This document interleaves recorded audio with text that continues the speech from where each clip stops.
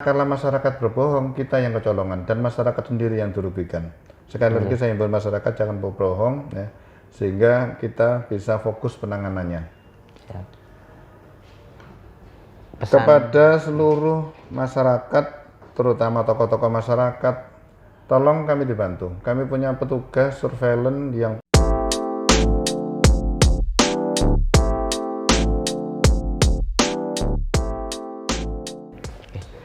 Selamat datang di Madura Talk, program Jawa Pos Radar Madura. Kali ini bersama saya Berto Sofyan dan Kepala Dinas Kesehatan Bapak Sudio. Saya pada siang ini berkesempatan mewawancarai secara eksklusif terkait berita yang sekarang ini lagi viral, yaitu tentang COVID-19. Selamat siang Bapak. Selamat siang. Menanggapi beberapa media yang sudah banyak sekarang terkait virus COVID-19 ini, yang bahkan sudah memasuki Madura dan bahkan juga di daerah timur di Pamekasan sudah ada yang meninggal juga. Nah, itu bagaimana tanggapan Bapak mengenai hal tersebut, Pak? Ya, sebelumnya saya sampaikan terima kasih bahwa sudah menjadi bahan berita umum, ya.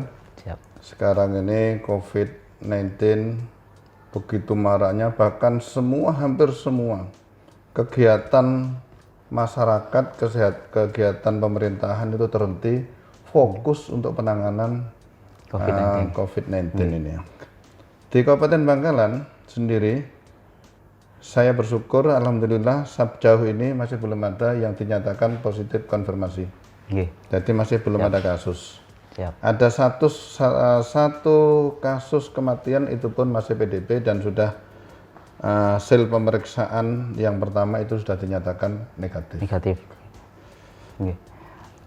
Terus menanggapi yang di Pamekasan itu, jadi jebolnya hasil swab pemeriksaan yang di Surabaya itu bagaimana, Bapak? Ya, jadi perlu saya sampaikan bahwa itu adalah positif pemeriksaan yang kedua, ya, di Pamekasan itu, kalau nggak keliru itu, ya. Itu pasien PDP sama dengan tunggak kita. Terkait yang di pemberitaan itu sampai muncul ke publish, nah, itu saya kurang begitu paham. Tapi yang jelas untuk mengumumkan ini dalam posisi positif atau negatif itu adalah kewenangan Kementerian Kesehatan. Kemenkes, Bapak, ya. Betul. Terus apa sikap dan tindakan yang sudah dilakukan Dinas Kesehatan Bangkalan untuk meminimalisir penyebaran COVID-19 ini, Bapak, khususnya di wilayah Bangkalan, seperti itu? Ya, jadi untuk meminimalisir penyebaran, terus terang aja karena kita belum ada kasus, ya. Jadi upaya-upaya yang kita lakukan adalah upaya-upaya bersifat preventif, yaitu pencegahan, ya. Sudah sekitar hampir 30 hari atau 1 bulan lebih bahkan, ya. Pemerintah kabupaten dalam hal ini Dinas Kesehatan bersinergi dengan OPD yang lain, terutama di Forkompimda, sudah melakukan langkah-langkah yang upaya sifatnya adalah preventif. Mulai sebelum dibentuknya Satgas, kita sudah melakukan upaya-upaya sifatnya itu adalah sosialisasi kepada berbagai masyarakat, membuat surat-surat edaran ke berbagai lembaga pemerintah maupun swasta, yang sifatnya semua itu adalah edukasi. Kemudian 2 minggu yang lalu, hari Selasa yang lalu tepatnya, yaitu tanggal 17, ya. Siap. Itu pemerintah Kabupaten Bangkalan membentuk Satgas COVID, percepatan penanggulangan COVID-19 di Kabupaten Bangkalan, yang ketuanya adalah Bapak Sekda. Bapak Sekda. Pak Bupati sebagai pengarah. Siap.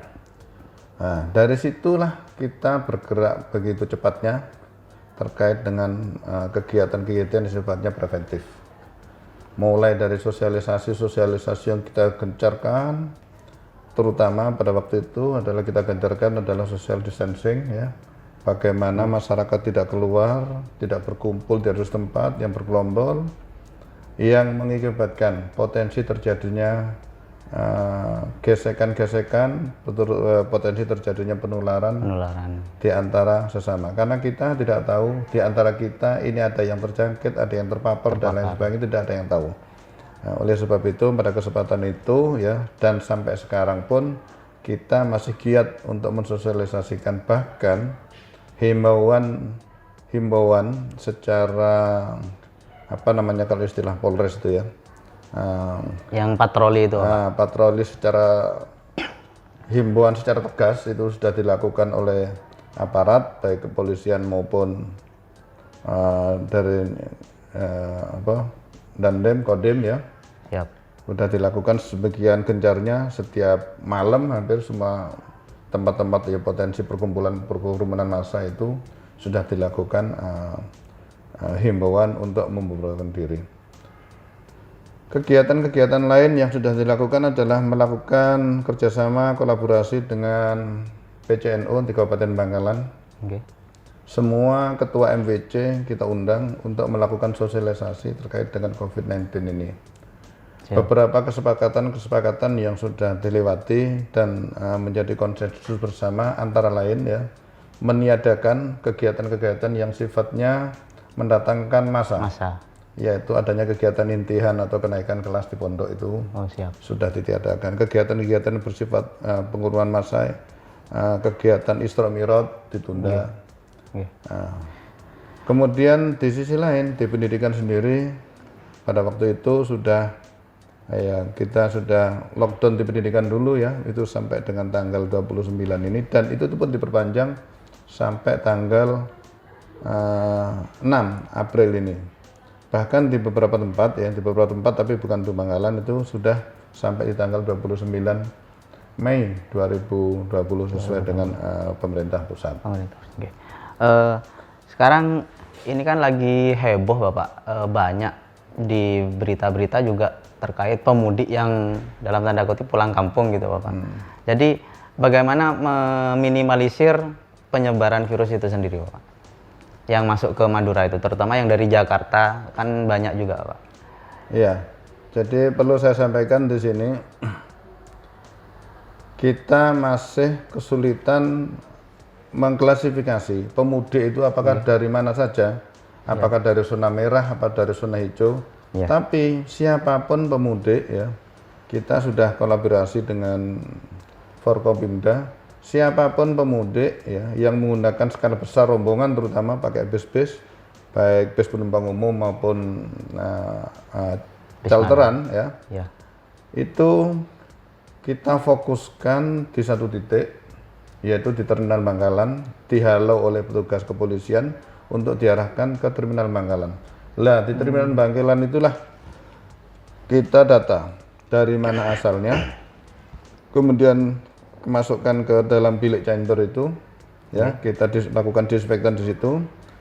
Tidak hanya di situ, kendaraan busnya pun baik di luar maupun di dalam juga kita lakukan semprotan disinfektan. Itu salah satu mengurangi penyebaran. Berarti bis-bis yang akan menuju ke Sampang, Pamekasan dan Sumeneb masih mampir dulu ke Terminal Bangkalan, Bapak? Iya, begitulah SOP yang dilakukan oleh kepolisian. Siap. Jadi kita standby 24 jam di sana. Siap. Sekarang kan sudah ada pos penjagaan penyemprotan disinfektan di Suramadu, gerbang tol Suramadu. Apakah itu masih belum cukup, Bapak? Jadi ada istilahnya ada 2 kali penanganan gitu. Yang pertama di jembatan Suramadu, terus yang kedua di Terminal Bangkalan. Gitu. Yang di Suramadu itu sifatnya itu lewatan saja, tidak menurunkan orangnya. Oh, siap. Ya, itu hanya kendaraannya saja. Itu pun baru dibentuk mulai kemarin. Siap. Ya. Tadi Bapak sudah mengatakan bahwasanya sudah melakukan yang satgas-satgas itu tadi untuk menghimbau masyarakat untuk tidak berkerumun terutama mungkin di Bangkalan khususnya kafe-kafe yang sudah banyak sekarang merebak. Nah, itu biasanya kan yang namanya orang Madura agak dalam tanda kutip bandel atau mokong gitu Pak. Jadi meskipun sudah ada himbauan seperti itu, mereka tetap mokong untuk keluar untuk ngopi atau sekedar ngobrol-ngobrol di kafe-kafe seperti itu. Bagaimana itu menurut Bapak? Ya, sebenarnya yang jawab ini ranahnya kepolisian ya. Tapi saya tergabung di dalam tim itu, saya juga lebih banyak tahu ya dari laporan-laporan itu bahwa siapapun warga negara Bangkalan terutama ya Oke. Yang tidak patuh pada aturan itu akan dilakukan tindakan lebih tegas lagi. Jadi sifatnya polisi itu adalah mau membubarkan secara Paksa. bukan paksa ya, secara tegas. Bukan dipaksa, tetap diimbau, bukan paksa, diimbau ya.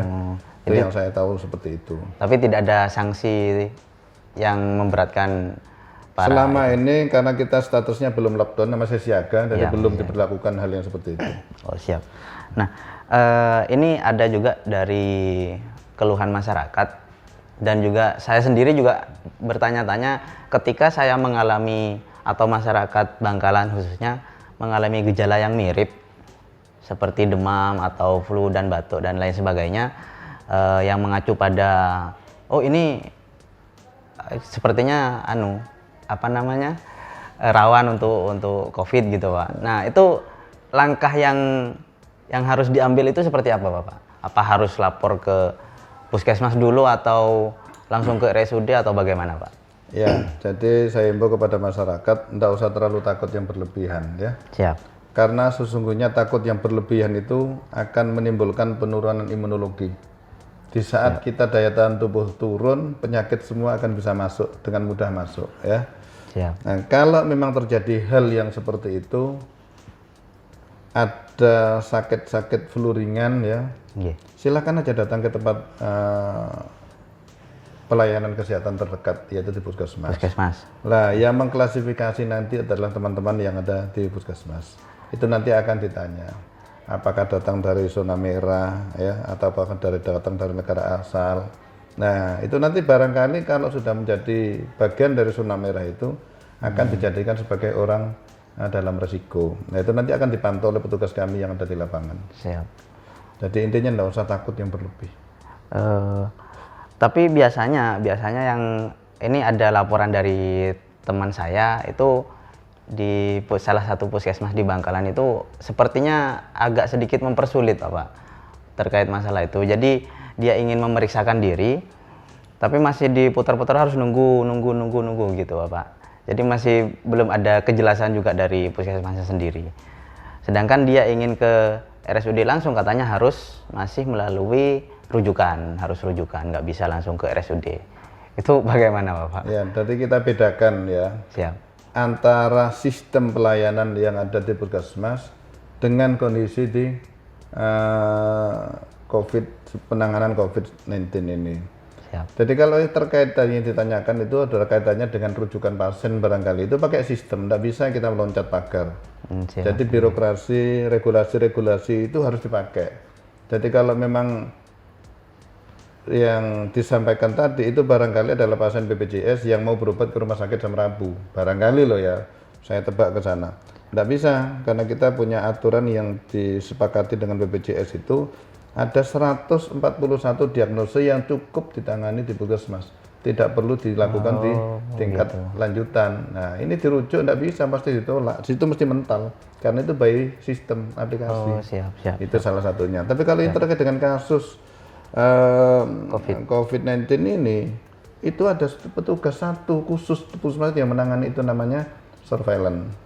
Nah, ini kita manfaatkan maksimal kerjanya surveillance itu di lapangan. Jadi tugasnya yang menguping itu di mana kalau ada orang datang, karena kita sudah Satgas itu sudah bergerak begitu cepatnya. Begitu Satgas kabupaten terbentuk, kecamatan juga terbentuk, dan itu langsung diimplementasikan langsung di dalam ke desa-desa. Jadi teman-teman kita yang ada di lapangan itu seluruh petugas di desa, 281 desa kelurahan, itu di sana pasti ada petugasnya. Bahkan ada yang 2, ada yang 3 di satu desa, itu antar bidan dan perawat. Ini adalah rangkaian kepanjangan tangan, jadi jaringan kami yang ada di desa, kepanjangan dari surveillance.